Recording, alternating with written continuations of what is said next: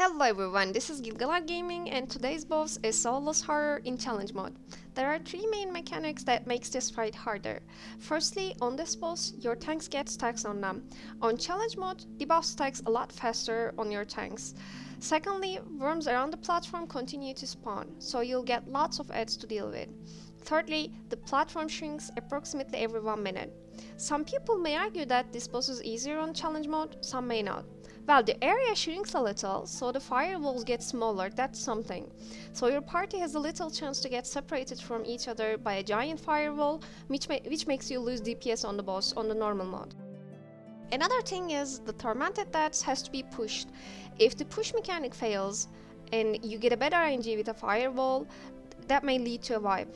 Also, the stacks on your tank can carry depends on how good your tank and healers are, because new mechanics don't actually change the fight, but makes it harder on some roles to play here.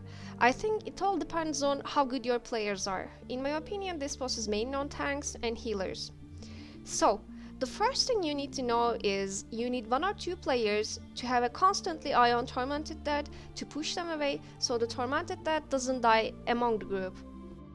Tormented Dead starts spawning when the boss's HP is 85% and keeps spawning every 20 seconds. After the Tormented Dead dies, they leave an AoE, slows everyone and hurts like a truck. So you need to be careful not to kill them instantly when they run to your group. The reason this is stressed a lot is because a second mechanic different from the normal mode, you will get lots of worms on your platform on the outer edge that you will need Epidemic to deal with them. So different than normal mode, worms keep spawning in the CM, so you constantly deal with them. And your party's DPS stacked with Epidemic can kill the Tormented Dead really fast. As well as huge AoEs from people. That's why you will need to assign a person that will knock back the Tormented Dead and keep an eye on them. On this video, for example, I'm playing a power necro, which is not ideal. We had 2 epidemics in the party and my DPS stuck on my Conda build, which I'm trying to figure out why. So my teammates were kind enough to change classes so I could stay power DPS for this one. The main concern for me staying power DPS was my AoE DPS on the Tormented Dead, and an extra epidemic would be nice on the worms around the platform. Let's pass that. Second mechanic. This is for the tanks. You will see 2 shiny buffs before jumping on the platform. One is green and one is red.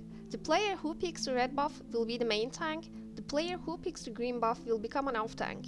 Both players receive a special action skill which steals aggro.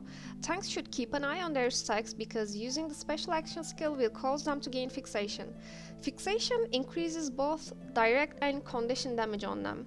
As on technical terms, these stacks are actually called necrosis, but necrosis is a damage modifier gained by fixation, so same thing. The general idea is to swap tanking every 4 or 5 stacks one tank has, but if your healers or tanks can keep up with it, you can change the amount of stacks you want to get before switching. For example, at the end of this video, we lose one of our tanks, so the remaining tank had to take lots of stacks before we kill the boss, which was awesome. Another small thing, throughout the whole fight there will be some blade vortexes moving around. Those are moving circular AoE that corrupts boon on players and give debuffs such as blindness. Make sure to dodge those. And as a last pro tip, tanking in the inner circle works best on this boss, because if you tank in the middle, you risk of bursting the Tormented Dead, and on the outer circle, you risk of having a wall spawning on you, so inner circle is always safer.